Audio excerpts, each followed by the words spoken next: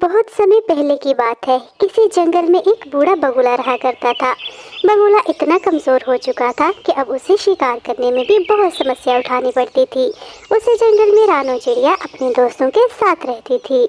एक दिन बूढ़ा बगुला तालाब के किनारे बैठा तालाब की मछलियों को हसरत भरी निगाह से देख रहा था। तभी एक सुंदर सी मछली बगुले की तरफ आई और वो बगुले से पूछने लगी, क्या बात है बगुला भगत, इतने गौर से क्या देख रहे हो? मैं 2 दिन से भूखा हूँ। कमजोर होने के कारण मैं कोई शिकार नहीं पकड़ पा रहा। अब भूख से मेरी हालत खराब हो रही है। बगुले, इस संसार में जो भी जन्म लेता है उसे 3 दौर से गुजरना ही पड़ता है, बचपन, जवानी और बुढ़ापा। तुम अपने जीवन के 2 दौर देख चुके हो, अब तीसरे का भी आनंद उठाओ। मछली की बात सुनकर बगुला क्रोधित होते हुए उस मछली से बोला, तुम अपने आप को समझती क्या हो? जब मैं जवान था तब किसी मछली की मुझसे बात करने की हिम्मत नहीं होती थी। ये बात तो मैं बहुत अच्छे से जानती हूँ, लेकिन सुनो, अब तुम जवान नहीं हो, अब जवान मैं हूँ। तुम हंसकर मेरा मजाक उड़ा रही हो। तुम इसी काबिल हो बगुले भगत। मैंने तुम्हारे चर्चे अपनी माँ और अपनी दादी से सुने हैं। अपनी जवानी के दौर में तुम बहुत ही बुरे व्यवहार के थे। तुम हमेशा मासूम मछलियों को मारते थे। आज मैं तुम्हारे बुढ़ापे का मजाक उड़ाकर अपने पूर्वजों के साथ किए गए दुर्व्यवहार का बदला ले रही हूँ। इतना बोलते हुए मछली वहाँ से चली गई। लेकिन बगुले का दिमाग मछली की बातों से बहुत गर्म हो रहा था। बगुला अपने आप से कहने लगा, काश काश मैं जवान होता तो इस स्वादिष्ट मछली को जरूर खाता। पेट भी भर जाता और इससे बदला भी पूरा हो जाता। एक तीर से 2 शिकार करता मैं। लेकिन अफसोस, ये बुढ़ापा, इसने मुझे कितना मजबूर और बेबस कर दिया है।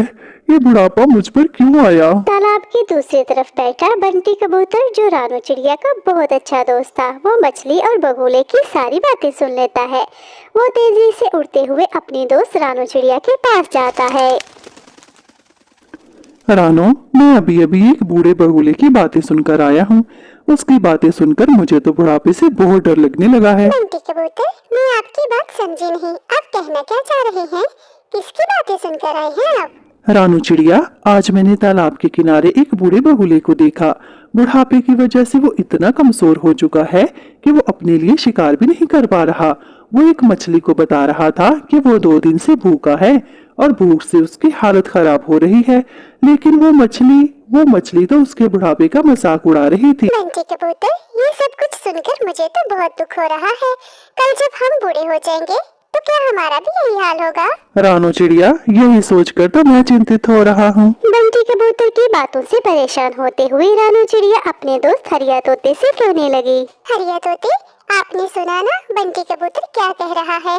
कल को जब हम बूढ़े हो जाएंगे तो क्या हमारा हाल भी उस बगुले की तरह हो जाएगा? अरे नहीं नहीं रानो चिड़िया, हमारा हाल उस बगुले की तरह नहीं होगा, क्योंकि हम अपने बुढ़ापे का बंदोबस्त करके रखेंगे। हरिया भैया, अभी तो हम जवान हैं और स्वस्थ भी। मुझे लगता है हमें उस बगुले की मदद करनी चाहिए। हमें उसके खान पान का ख्याल रखना चाहिए। रानो चिड़िया, तुम उस बगुले के कारण कुछ ज्यादा ही चिंतित हो रही हो। वो बगुला मछलियाँ खाता है। अब तुम खुद सोचो, हम तालाब से मछलियाँ कहाँ से ला कर देंगे? आप जो भी कहें, मुझे तो उस बगुले की बहुत चिंता हो रही है। और फिर उस मछली ने उस बगुले का मजाक भी तो उड़ाया। ये कितनी बड़ी बात है। हाँ रानो, तुम समझने की कोशिश करो, कोई यूं ही किसी का मजाक नहीं उड़ाता। तुमने उस बगुले का बुढ़ापा देखा है, न जाने अपनी जवानी में वो कैसे व्यवहार का था। जो भी हो हरिया तोते, मुझे तो यही लगता है हम सबको मिलकर उस बूढ़े बगुले की मदद करनी चाहिए। रानो चिड़िया की बात सुनते हुए हरिया तोता उड़ते हुए वहाँ से चला जाता है। रानो चिड़िया सोच में पड़ जाती है। वो किसी भी सूरत उस बगुले की मदद करना चाहती थी। थोड़ी देर सोचने के बाद रानो चिड़िया उड़ते हुए जंगल की दूसरी ओर चली जाती है। उड़ते हुए रानो चिड़िया को जमीन पर कुछ पक्षी और एक बड़ी झील दिखाई देती है।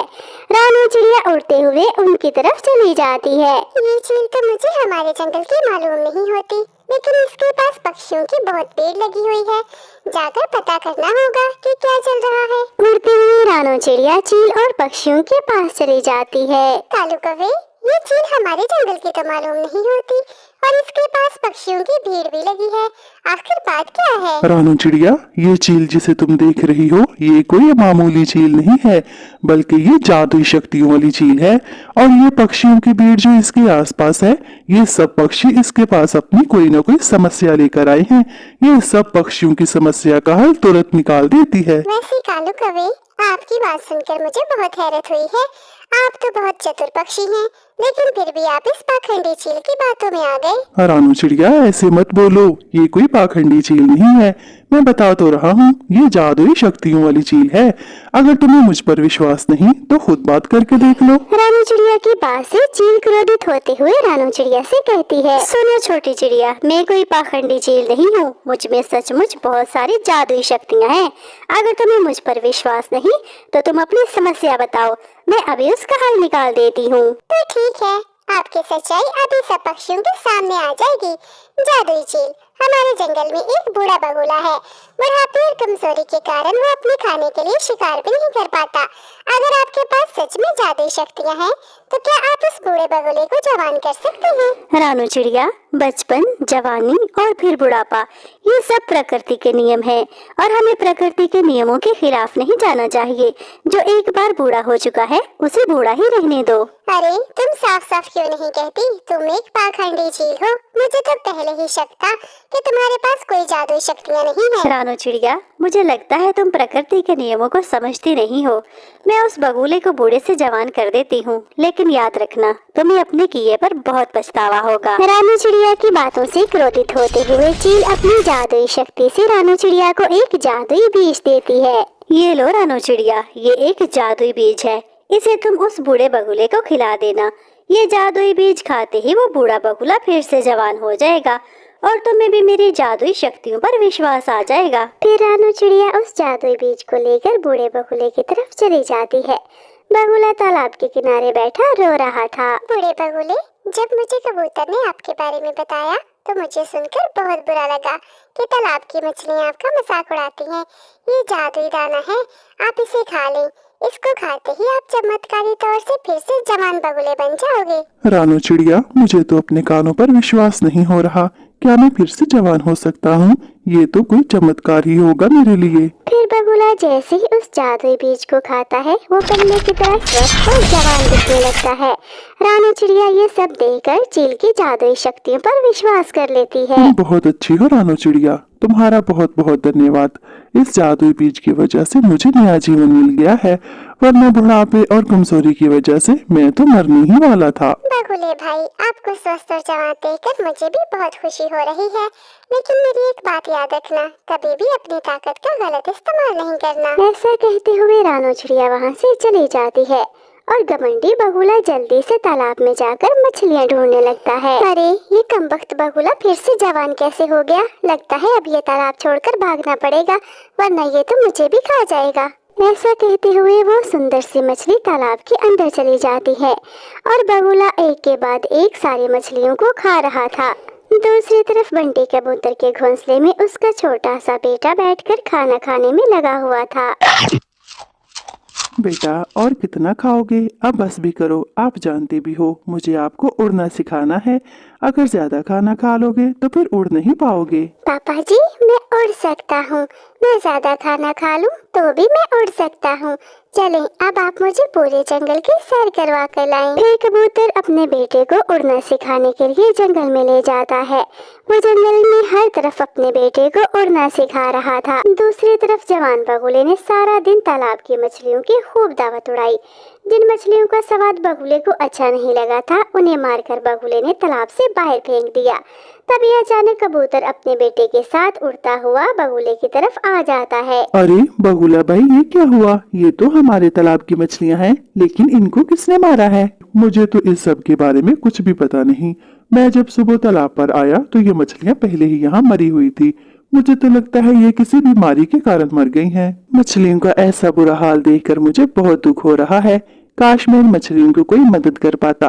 खैर बगुले भाई, मुझे साथ वाले जंगल में एक जरूरी काम है। ये मेरा छोटा बेटा है, मैं इसे उड़ना सिखा रहा हूँ।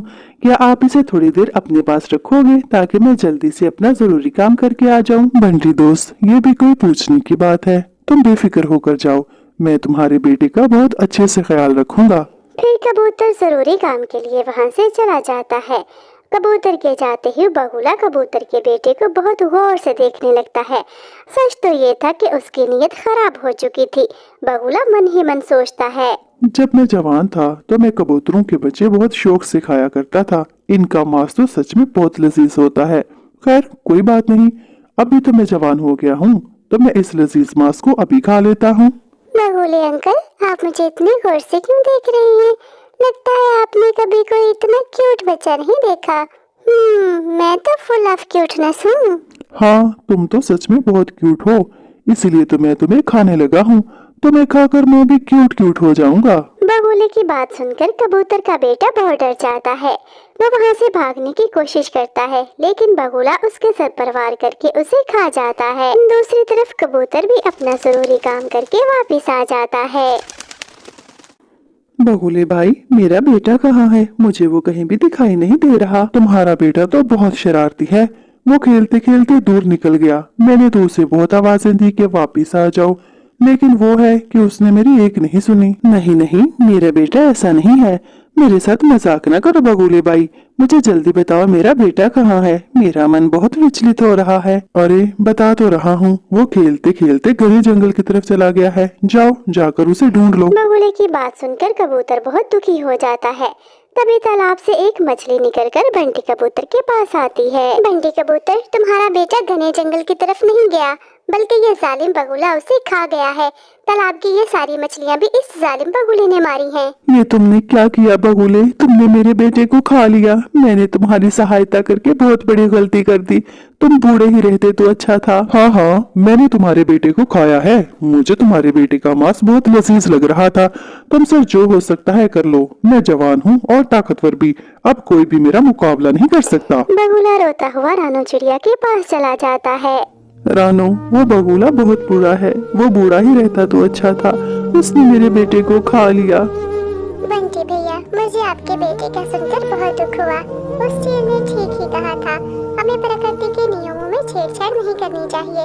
आप चिंता न करें, आपका बेटा तो वापस नहीं आ सकता, लेकिन उस बगुले को सजा जरूर मिलेगी। मैं अभी उस जादुई चील के पास जाती हूँ। रानू चिड़िया उड़ते हुए जादुई चील की तरफ चली जाती है। जादुई चील, मैं अपने किए पर बहुत शर्मिंदा हूँ। वो बूढ़ा बगुला, उसने तो जवान होते ही बंटी कबूतर के बेटे को भी खाया, और वो तालाब की सारी मछलियों को भी खा गया, और कुछ मछलियाँ उसने बहुत बेदर्दी से मार दी। मैं आपकी बात को समझ गई हूँ। हमें प्रकृति के नियमों में बिल्कुल भी छेड़छाड़ नहीं करनी चाहिए, लेकिन अब मैं उस बगुले को दंड देना चाहती हूँ। ठीक है रानू चिड़िया, अब मैं तुम्हें अपनी जादुई शक्ति से एक जादुई पत्थर देती हूँ।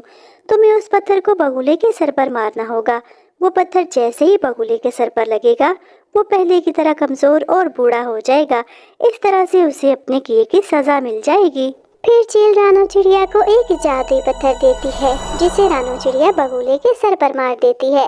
वो पत्थर जैसे ही बगुले के सर पर लगता है, तो बगुला पहले की तरह कमजोर और बूढ़ा हो जाता है। अरे ये मेरे साथ क्या हुआ? मैं इतना कमजोर, अरे बूढ़ा, मैं फिर से बूढ़ा हो गया। ये मेरे साथ क्या हो रहा है? क्रोधित होते हुए रानू चिड़िया बगुले से कहती है, बगुले भगत, तुम इसी लायक हो कि तुम बूढ़े और बीमार ही रहो। जवान होते ही तुमने तालाब की सारी मछलियों को खा लिया, और कुछ मछलियों को तुमने बहुत बेदर्दी से मारा, और तो और तुम मेरे दोस्त बंटी कबूतर के बेटे को भी खा गए। तुम बहुत बुरे हो। तुम इसी लायक हो कि कोई भी तुम्हारी मदद ना करे। तुम जैसे बुरे पक्षियों के साथ यही होना चाहिए। तो दोस्तों, आपको हमारी आज की ये वीडियो कैसी लगी? कृपया कमेंट करके जरूर बताएं। आपके कमेंट और लाइक हमारे हौसले को बढ़ाते हैं। और हाँ दोस्तों, इस वीडियो को लाइक करें, अपने दोस्तों के साथ शेयर करें, और चैनल को सब्सक्राइब करना तो बिल्कुल भी नहीं भूलना। मिलते हैं अगली वीडियो में, तब तक के लिए बाय बाय।